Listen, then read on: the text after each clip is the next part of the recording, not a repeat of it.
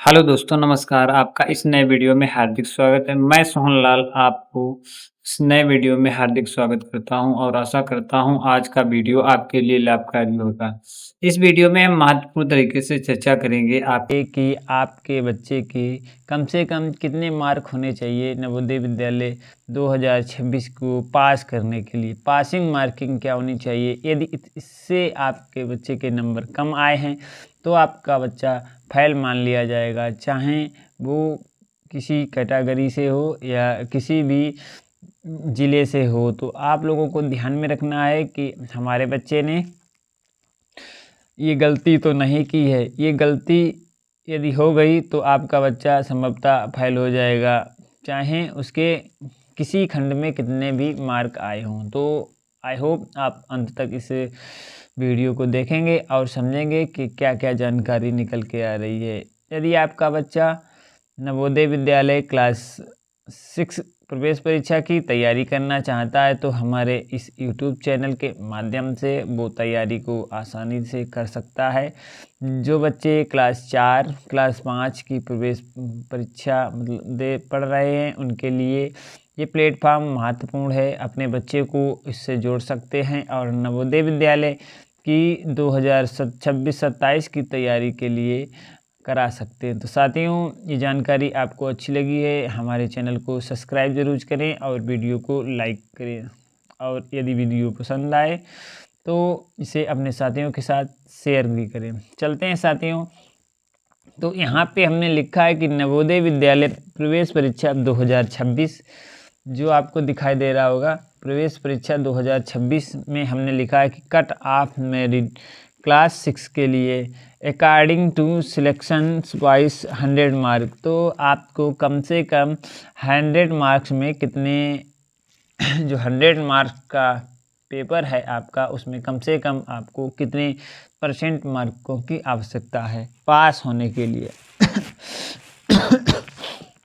यदि आपका बच्चा मानसिक परीक्षण में 40 क्वेश्चन होते हैं, उसने कितने मार्क अर्जित किए हैं तो उसके हिसाब से वह पास मान लिया जाएगा। तो कम से कम आपके बच्चे ने मानसिक परीक्षण में पास होने के लिए 40% मार्क की आवश्यकता होती है। यदि पासिंग मार्किंग में 40% मार्क कम पाए हैं तो इससे बच्चा आपका इस परीक्षण में फेल हो जाएगा। और यदि आपके 40% से बच्चे के मार्क कम हैं तो आपका बच्चा फेल मान लिया जाएगा, और उसे चाहे वो मैथमेटिक्स के 20 के 20 सही करे या गणित के 20 के 20 सही करे। यदि मानसिक परीक्षण में या गणितीय परीक्षण में या हिंदी परीक्षण में वो 40 मार्क से कम ला पाया है तो उसे निश्चित ही फेल मान लिया जाएगा।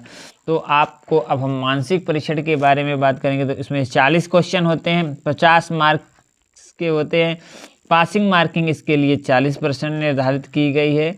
तो कम से कम अंकों की ज़रूरत जिससे आपका बच्चा मानसिक योग्यता में पास हो सके, तो उसके लिए आपको 50 का 40% निकालेंगे तो 20 मार्क होने चाहिए। तो आपके बच्चे को कम से कम मानसिक परीक्षण में 20 मार्क चाहिए। इसी प्रकार हमारा जो दूसरा भाग होता है गणितीय परीक्षण, उसमें 20 क्वेश्चंस होते हैं और उसके मार्क्स जो होते हैं वो 25 मार्क्स होते हैं।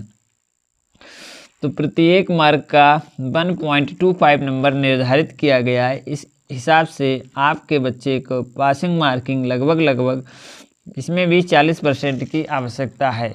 और यदि आपका बच्चा 40% से कम, यानी कि 40% से कम 10 मार्क की आवश्यकता है, जिससे कि 10 मार्क कम से कम ज़रूरत है। यदि आपके बच्चे के 10 मार्क से कम बच्चे के नंबर आए हैं गणितीय परीक्षण में तो उसे निश्चित ही फेल मान लिया जाएगा, क्योंकि आपको मालूम होना चाहिए आप किसी भी खंड में पास होना ज़रूरी है। या आप 2 खंड में पास हो गए, यानी कि आप मानसिक परीक्षण में पास हो गए और भाषा परीक्षण में भी पास हो गए, और आपका गणितीय परीक्षण में पास नहीं हो पाए, तब भी आप इस कंडीशन में भी आप फेल मान लिए जाएंगे। तो इसलिए आपको गणितीय परीक्षण में कम से कम जो पास होने की मार्क है वो 10 मार्क है, तो कम से कम आपके बच्चे की 40% यानी कि 10 मार्क बहुत ही आवश्यक है। तो साथियों, आशा करते हैं आपको ये जानकारी पसंद आ रही होगी। ये जानकारी बहुत ही महत्वपूर्ण है साथियों। इसी प्रकार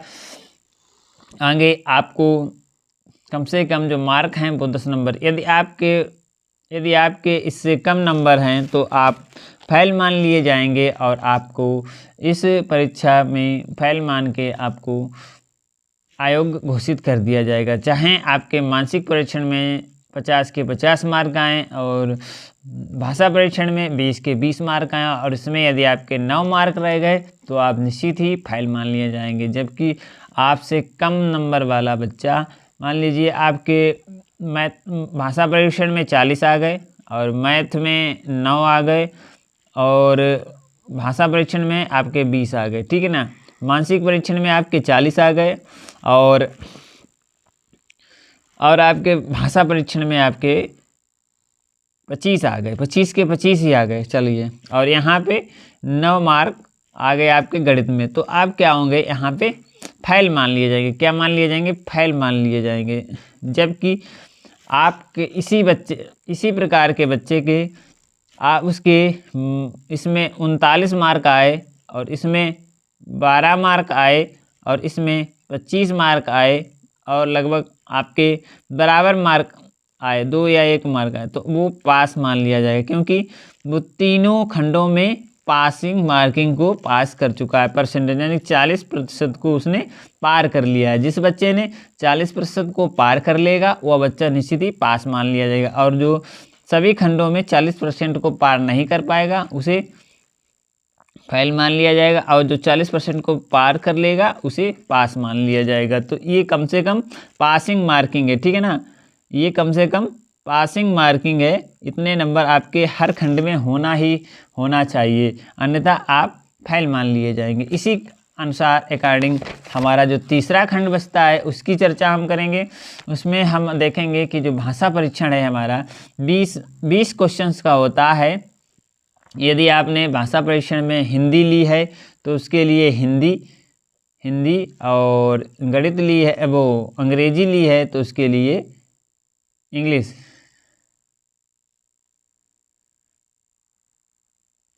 तो आपने कोई भी भाषा परीक्षण लिए वो 20 मार्क की होती है। हमारे क्लास 6 की प्रवेश परीक्षा में 20 मार्क की, ठीक है। इसमें आपको 20 मार्क नहीं, 20 क्वेश्चंस होते हैं, ठीक है। 20 क्वेश्चंस होते हैं और इसके 20 क्वेश्चंस के लिए आपको 25 मार्क की मतलब 25 मार्क इसके लिए निर्धारित किए गए हैं। तो इसके लिए जो 20 क्वेश्चंस हैं और 20 क्वेश्चंस के लिए 25 मार्क हैं, उसमें कम से कम आपकी पासिंग मार्किंग जो है वो 40% होनी चाहिए। कितनी होनी चाहिए?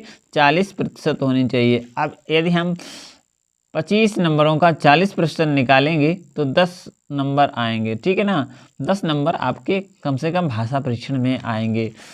आपको भाषा परीक्षण में पास होने के लिए कम से कम 10 मार्क्स चाहिए, अन्यथा आप फेल हो जाएंगे। इसलिए अकॉर्डिंग टू पूरे आप यहाँ पे निचोड़ निकालेंगे पूरे उसका, तो आप देखेंगे कि आपके कम से कम 20 मार्क आपके भाषा परीक्षण में और 10 मार्क आपके गणितीय परीक्षण में और 10 मार्क आपके भाषा परीक्षण में आए, तो टोटल आपके 40 मार्क आए। और सभी में 20-10-10 कंपलसरी मार्क्स होने चाहिए, जिससे आप पास हो सकें। इससे ज़्यादा नंबर आएंगे यदि आपके 50 मार्क हैं और यहाँ पे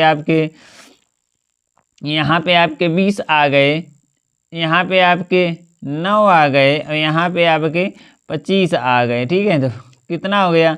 तो यहाँ पे हो गया 5 और 2 2 4, ये हो गए आपके 55 मार्क। 5 और 2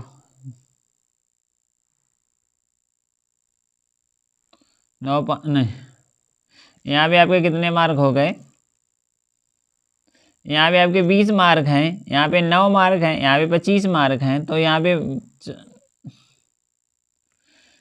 54 मार्क हो जाएंगे। 2 2 4 और 1 5, 54 मार्क हो गए, जिससे कि आपके देखो मार्क तो ज़्यादा आ गए, मार्क आपके ज़्यादा आ गए, लेकिन आप फ़ेल मान लिए जाएंगे। तो आपको ये कंडीशन ध्यान में रखनी है। नंबर चाहे आपके पासिंग मार्क 40% आपकी निर्धारित की गई, तो इतने नंबर आपके कम से कम हर सब्जेक्ट में आने ज़रूरी हैं। ठीक है, आशा करते हैं ये वीडियो आपको अच्छा लगा होगा। यदि हमारे द्वारा बताई गई जो जानकारी है वो आपको अच्छी लगी है तो आप वीडियो को लाइक और चैनल को सब्सक्राइब ज़रूर करें। आशा करते हैं आप लोगों को ये जानकारी अच्छी लगी होगी। मिलते हैं इसी प्रकार के इन्फॉर्मेशन वीडियो के साथ। तब तक के लिए मैं आपका साथी सोहन लाल लेता हूँ आज्ञा। जय हिंद, जय भारत।